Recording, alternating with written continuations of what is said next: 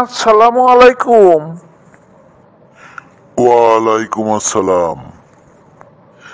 হযরত ওসমান রাদিয়াল্লাহু তাআলা আনহুর শাহাদাতের ঘটনাটি একটু বলেন তো।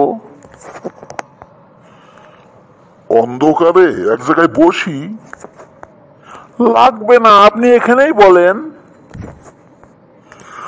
তাহলে শোনো, হযরত ওসমান রাদিয়াল্লাহু তাআলা আনহু এর শাহাদাতের ঘটনাটি সংক্ষিপ্তভাবে তুলে ধরছি। হযরত হাফিজ ইবনে আসাকির বর্ণনা করেন যে হযরত ওসমান রাদিয়াল্লাহু তাআলা আনহু দৃঢ়তা সহকারে গৃহের সকল সদস্যকে বের করে দিলে তার পরিবার ছাড়া সেখানে তার কেউ ছিল না। এ সময় সন্ত্রাসীরা দেওয়াল টপকে এবং দরজা খুলে বাতি জ্বালিয়ে ভিতরে প্রবেশ করে এদের মধ্যে কোনো সাহাবী ছিল না। এমনি কি সাহাবীর কোনো সন্তানও ছিল না। সাহাবীর সন্তানদের মধ্যে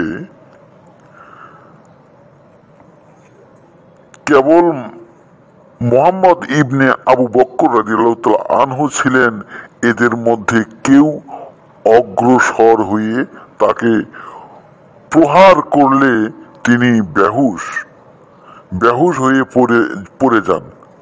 নারীরা চিৎকার জুড়ে দেয়। তখন তারা ছত্রভঙ্গ হয়ে গৃহত্যাগ করে। এ সময় খলিফা নিহত হয়েছেন মনে করে মুহাম্মদ ইবনে আবু বকর গৃহে প্রবেশ করেন। তখন তিনি দেখলেন খলিফার জ্ঞান ফিরছে। তখন তিনি বললেন, হে বোকা বৃদ্ধ, তুমি কোন ধর্মের অনুসারী? তিনি জবাব দেন, আমি ইসলাম ধর্মের অনুসারী। তবে আমি বোকা বুড়ো নই, বরং আমি আমিরুল মুমিনিন ইবনে আবু বকর। বললেন,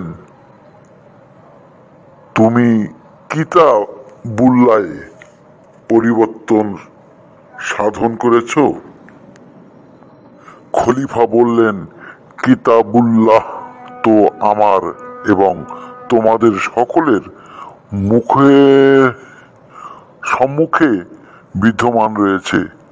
আমি কিভাবে তাতে বিকৃত সাধন করলাম? ইবনে আবু বকর এগিয়ে যান এবং বলেন,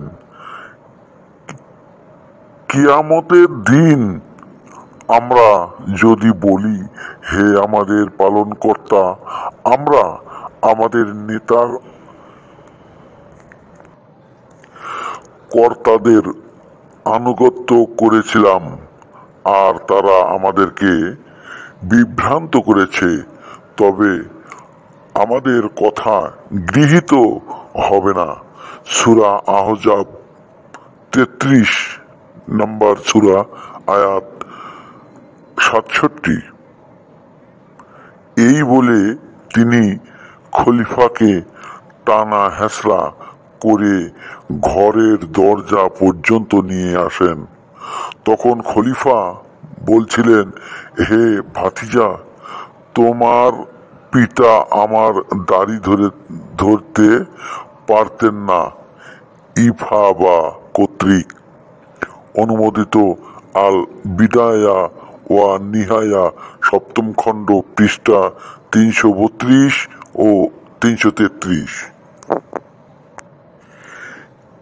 ইবনে ওমর সূত্রে বর্ণিত আছে, তিনি বলেন, যে ব্যক্তি খলিফা উসমান রাদিয়াল্লাহু তাআলা আনহুকে হত্যা করেছে তার নাম ছিল আসওয়াদ ইবনে হুমরান।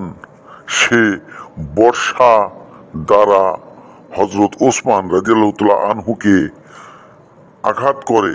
তার হাতে উন্মুক্ত তরবারিও ছিল। তিনি বলেন, লোকটি পূর্ণ আগমন করে তার বুকে বর্ষাবিদ্ধ করে এবং তরবারি ধার তার পেটে স্থাপন করে, তার জীবন লীলা সাঙ্গ করে দেয়। স্ত্রী নাইলা নিকটে ছিলেন, তিনি এগিয়ে এসে বাধা দান করলে তার হাতের আঙুল কাটা যায়। এ কথাও বর্ণিত আছে যে মুহাম্মদ ইবনে আবু বকর তীরের ফলা নিক্ষেপ করলে তা খলিফার গলায় বিদ্ধ হয়। অর্থাৎ মুহাম্মদ ইবনে আবু বকর রাদিয়াল্লাহু তাআলা আনহু আঘাত করলেও মূলত হত্যাকারী ছিল আসওয়াদ ইবনে হুমরান ইফাবা কর্তৃক অনুমোদিত।